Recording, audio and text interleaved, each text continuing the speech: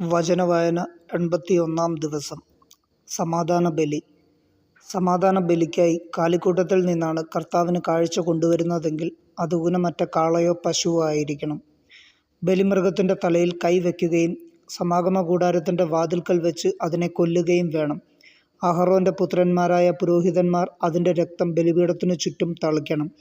സമാധാന ബലിമൃഗത്തിൻ്റെ ആന്തരിക അവയവങ്ങളിലും അവയെ പൊതിഞ്ഞുമുള്ള മേധസ് കർത്താവിന് ദഹനബലിക്കായി എടുക്കണം. അതിൻ്റെ ഇരുവൃക്കകളും അവയോടൊപ്പം അരക്കെട്ടിലുള്ള മേധസ്സും കരളിന് മുകളിലുള്ള നെയ്വലയും എടുക്കണം.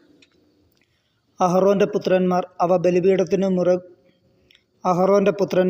ബലിപീഠത്തിൽ വിറകിന് മുകളിൽ വെച്ച് അഗ്നിയിൽ ദഹിപ്പിക്കണം. അത് ദഹനബലിയും കർത്താവിന് പ്രീതികരമായ സൗരഭ്യവുമായിരിക്കും. ആട്ടിൻകൂട്ടത്തിൽ നിന്നാണ് സമാധാന ബലിക്കായി കർത്താവിന് കാഴ്ച കൊണ്ടുവരുന്നതെങ്കിൽ അത് ഊനമറ്റ മുട്ടാടോ പെണ്ണാടോ ആയിരിക്കണം. ആട്ടിൻകുട്ടിയെയാണ് ബലിവസ്തുവായി സമർപ്പിക്കുന്നതെങ്കിൽ അതിന് കർത്താവിൻ്റെ മുമ്പിൽ കൊണ്ടുവരട്ടെ. അതിൻ്റെ തലയിൽ കൈ വെച്ചതിന് ശേഷം സമാഗമകൂടാരത്തിൻ്റെ മുൻപിൽ വെച്ച് അതിനെ കൊല്ലണം. അഹറോൻ്റെ പുത്രന്മാർ അതിൻ്റെ രക്തം ബലിപീഠത്തിനു ചുറ്റും തളിക്കണം. സമാധാന ബലിമൃഗത്തിൻ്റെ മേധസ്സും ആന്തരികാവയവങ്ങളിലെ അവയെ പൊതിഞ്ഞുമുള്ള മേധസ്സും നട്ടെല്ലോട് ചേർത്ത് മുറിച്ചെടുത്ത കൊഴുത്ത വാലും കർത്താവിന് ദഹനബലിക്കായി എടുക്കണം. അതിൻ്റെ ഇരുവൃക്കകളും അവയിലും അരക്കെട്ടിലുമുള്ള മേധസ്സും കരളിനു മുകളിലുള്ള നെയ്വലയും എടുക്കണം.